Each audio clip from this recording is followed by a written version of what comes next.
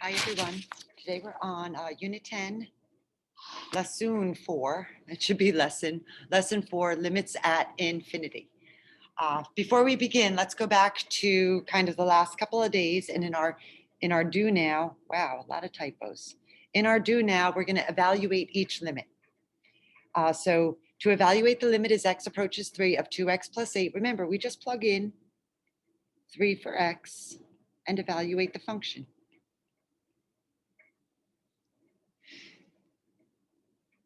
In part B, the limit as x approaches 2 of x squared minus 4 over x minus 2. Remember, always start out by plugging in. That's the first place we start. And I get 0 over 0. When I get a 0 in the denominator on my first try, it's undefined, but that doesn't necessarily mean I don't have a limit. So I'm going to go back to the function, factor it, simplify, and evaluate in our simplified version. And now I do get an answer. In part C, start by plugging in. You always start in the same place. Negative 4 over 0, we're undefined. I'm going to go back to my original function, factor, simplify, and reevaluate.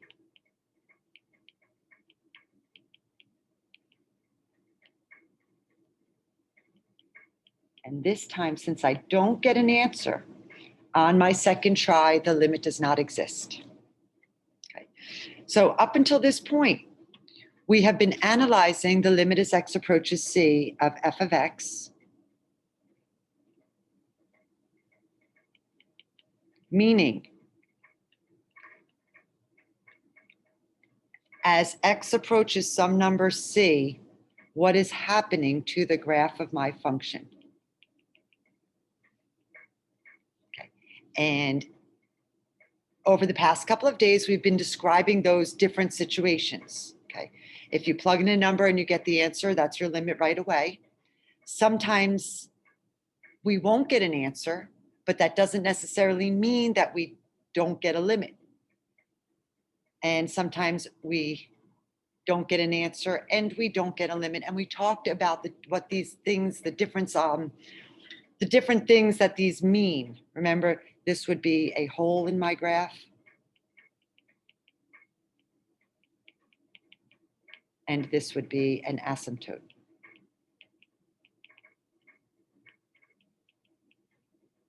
You don't necessarily have to write that unless you're asked. Okay, so just be aware of what the question is asking you. In this lesson, we're going to analyze limits at infinity, meaning we want to know what's happening to my graph as x goes to infinity or x goes to negative infinity. What's going on with the graph of the function? When we do this, it's similar to analyzing end behavior. And remember, that's just what is happening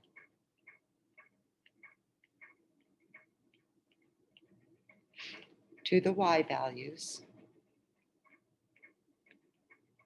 of a function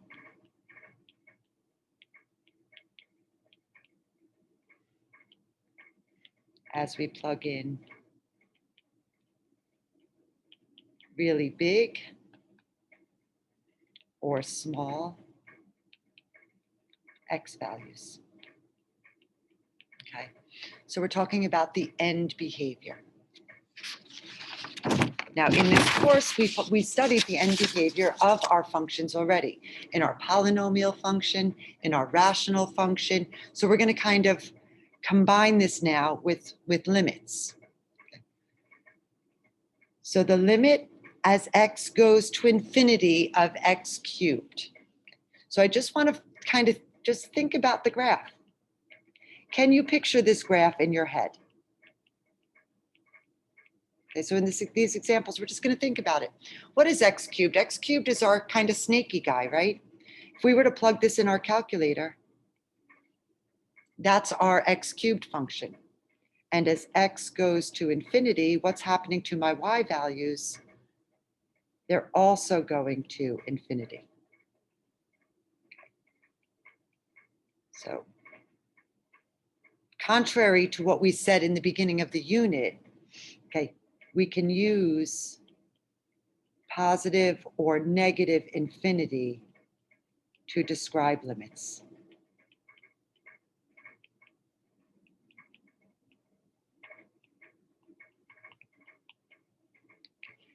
When we analyze the limit as x approaches c, it has to be a number. But when we analyze the limits as x goes to infinity, we're describing the behavior, so we can actually use positive or negative infinity.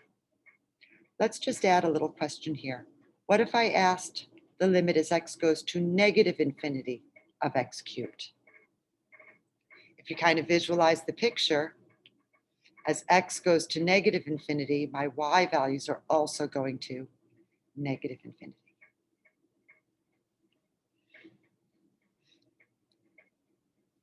The limit as x goes to infinity of 1 over x cubed. So now use common sense. What is happening to the graph? If I plug in, if I'm doing 1 divided by like 1 cubed, that's 1. 1 divided by 10 cubed, that's 1 over 1,000. My number is going to get smaller and smaller and smaller and get closer to 0. So technically we're dividing by, right, a bigger number. And when we divide by a bigger number, our answers get close to 0. And if you can't see it, just plug it in your calculator for right now. And we're going to talk about the rules in a second. But if you look at the graph, as x goes to infinity, the y values are getting closer to 0. The limit as x goes to infinity of 2x cubed over x cubed.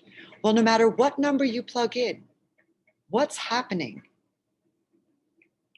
When I plug values into this, and I'm putting, like, let's say I put 100 in, 100 cubed over 100 cubed, doesn't matter what it is, it's going to cancel out, and my answers are all going to settle at 2. Okay.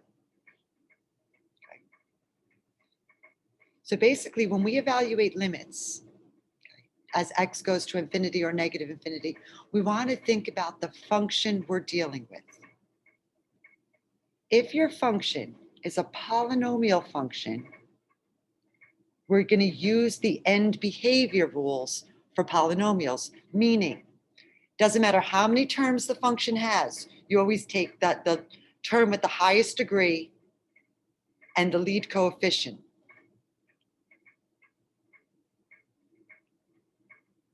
And if it's even degree and positive, our answers, our end behavior is up, up. Even degree and negative, well, based on transformations, that's going to flip our graph down, down. Odd degree and positive, that's when we get this guy here.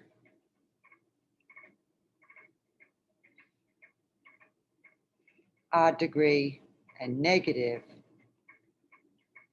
we're just going to flip that guy.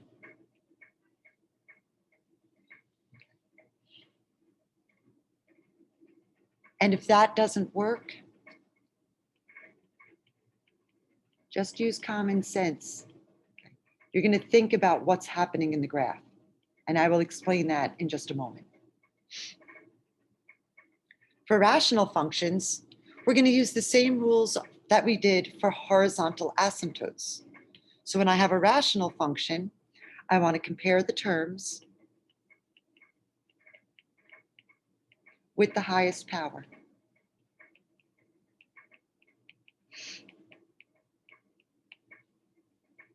N is the highest power in the numerator. D is the highest power in the denominator. If N equals D, we take a ratio of the coefficients.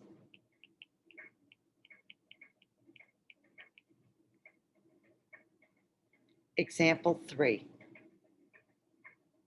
The powers are the same, so no matter what, it's just going to cancel and you're left with whatever number. If n is less than d, the limit is 0. The power in the numerator, right? This is really x to the 0 up top, it doesn't really matter. If you think about it like this, if you're dividing by a bigger number in the denominator, your answer always goes to 0. Same. I call this bottom heavy. If n is greater than d, our answers go to positive or negative infinity. And technically that would sort of be this example here. Even though it doesn't look like a rational function, this is really x cubed over 1. But we don't have to worry about that so much. We call this top heavy.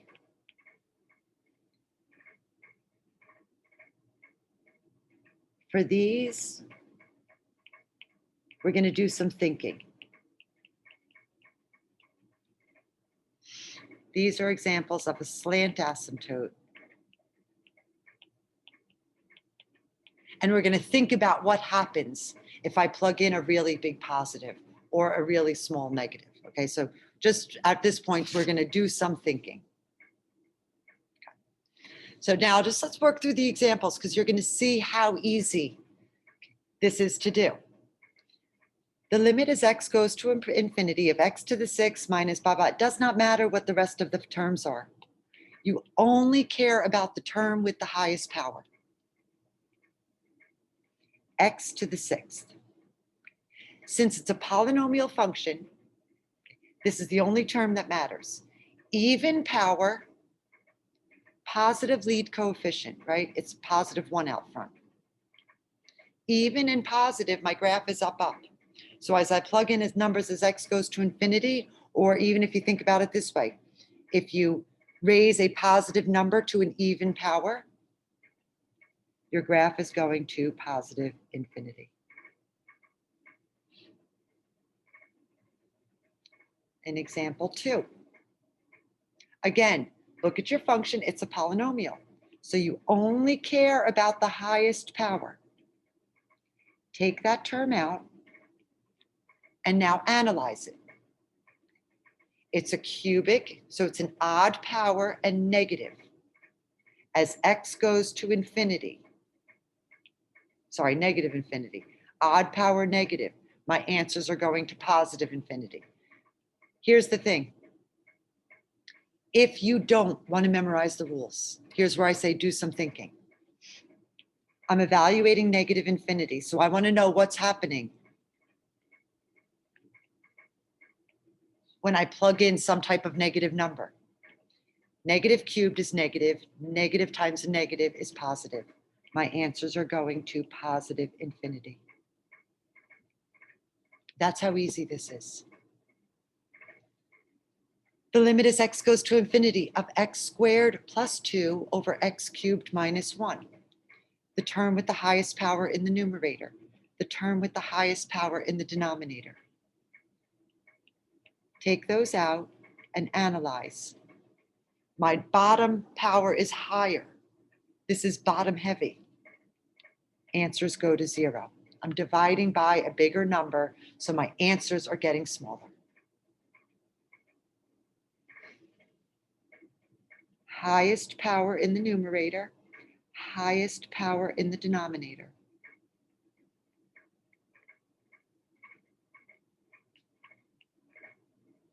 Same power, they're going to cancel each other out. So no matter what I plug in, my answers are getting closer to negative 2/3. And if you remember from our rational function, we're never going to hit it. It just means the graph is getting closer to negative 2/3. the limit as x goes to positive infinity, 9x squared over x. Top heavy means think. So I'm going to positive infinity. So I want to know what's happening when I plug in a positive value. So that's going to be a positive number in the numerator, a positive number in the denominator, positive over positive, I'm going to positive infinity. The limit as x goes to negative infinity, highest power, the term with the highest power in the denominator. Bottom heavy, right? So it doesn't matter whether I'm going to positive or negative infinity, my answers is going to be 0 because I'm dividing by a bigger number in the denominator. The limit as x goes to negative infinity of x cubed minus 8 over 2x squared.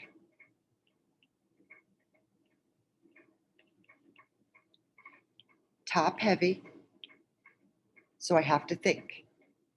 So what's going to happen as I plug in a negative number? I'm going to have a negative in the numerator. When I square a negative, I get a positive value, so this denominator will be positive. Negative over a positive, my answers are going to negative infinity.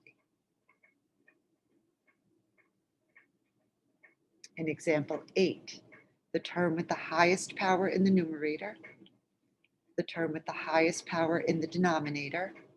Since my powers are the same, right, that these are both 1, they're going to cancel each other out. 2 over negative 1 is just negative 2. Okay. So we're not going to worry about the factoring or any of that when we're dealing with the limit as x goes to infinity. That's end behavior. So we're thinking about what's happening as I plug in really big or really small values. Now let's just for a moment switch gears. Think about what would happen with what we call our transcendental functions. These are our e's, our ln's, our trig. Now basically with these, we also kind of consider our rules, but okay, we need to memorize our parent functions. And we need to utilize some transformation rules.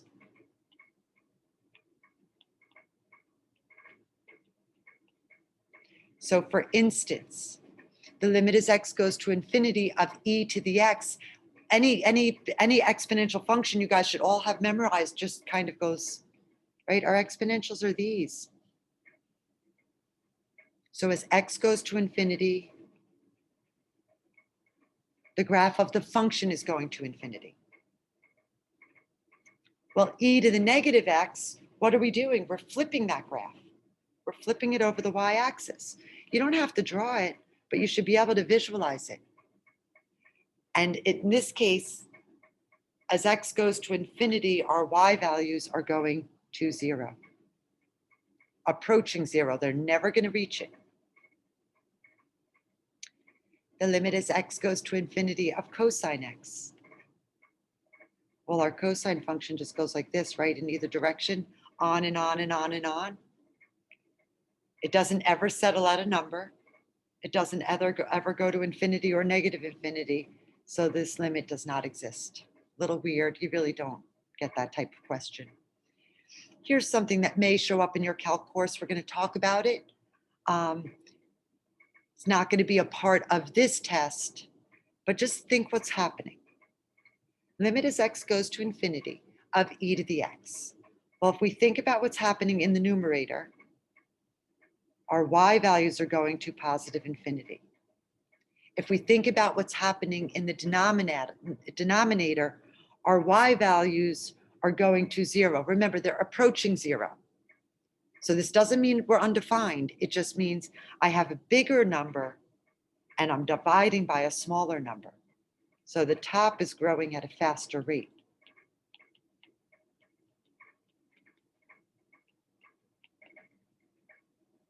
So my overall answers are going to positive infinity. This is just what I wanted to talk about. Don't worry if it doesn't mean anything. It will make more sense next year. Okay? The main focus of this lesson is going to be on the algebraic, the polynomials, and the rationals. Okay, so I'd like you to practice some questions for homework. I just want to point out that number 10 is a difficult one on your homework question. So you might want to just cross off number 10 and not worry about it. Okay, guys, thank you. Have a great day.